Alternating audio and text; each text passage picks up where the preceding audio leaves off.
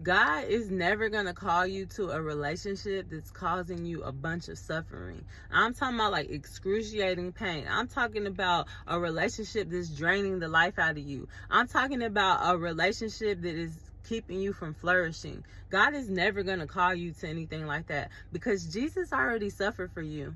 He suffered for them. He suffered for us all. So he's not going to call you to a relationship of suffering, because the Bible says two is better than one, because the other one can help the other one succeed. Like, it's about helping each other succeed. It's not about pulling each other down. So if you're in a relationship and you're being abused physically, verbally, they calling you every name under the sun except a child of God, they're being so ugly to you, and then all of a sudden sometimes they get real nice because they feel like they're manipulating you.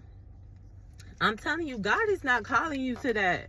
And there's a difference between being called to marriage and being chosen for marriage, because a lot of people are called to marriage. Like, if you have the desire in your heart to be married, God is going to ordain a marriage for you. Like, you can meet somebody and, y'all just both like each other and y'all both are rooted in him. Y'all both follow after him. He's going to bless that marriage. Like, y'all want to get married, y'all's marriage will be blessed. And I'm not saying it's going to be perfect, because it's two imperfect people having to die to themselves and become one. So it's not going to necessarily be easy, but there will be grace there. There will be, especially if you're equally yoked, it's going to be a good marriage. It's going to be good. I'm not saying perfect, but good. If you're chosen for marriage, though, it's going to be, God has somebody that he's spoken to you that he wants you to marry.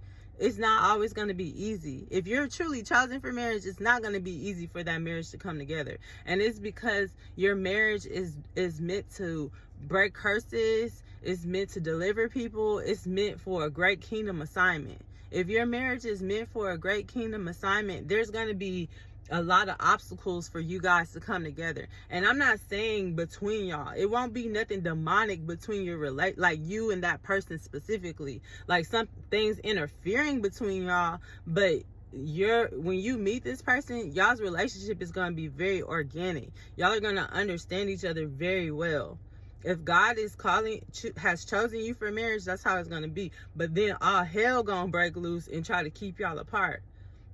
But whatever God brings together, no man could put asunder. So you got to stand and pray and believe and trust God that he's going to bring it together at the right time.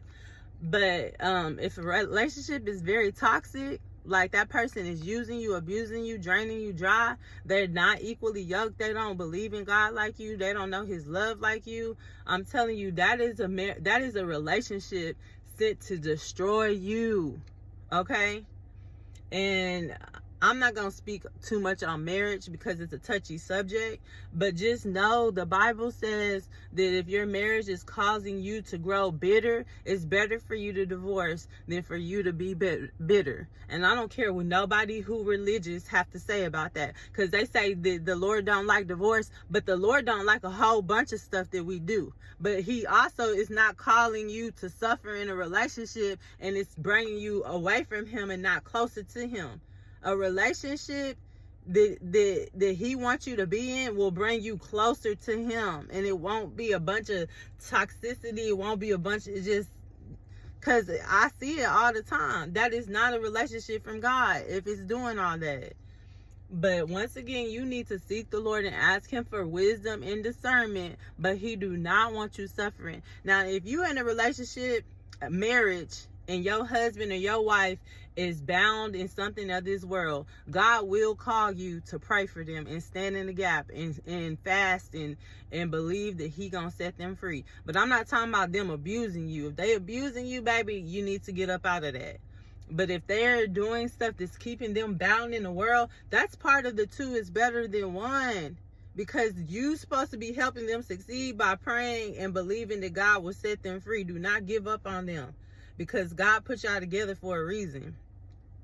But if it's some abuse, let it go, baby. You need to get out that relationship, and I cannot stress that enough. Do not stay in no abusive relationship, because that is not a relationship for you.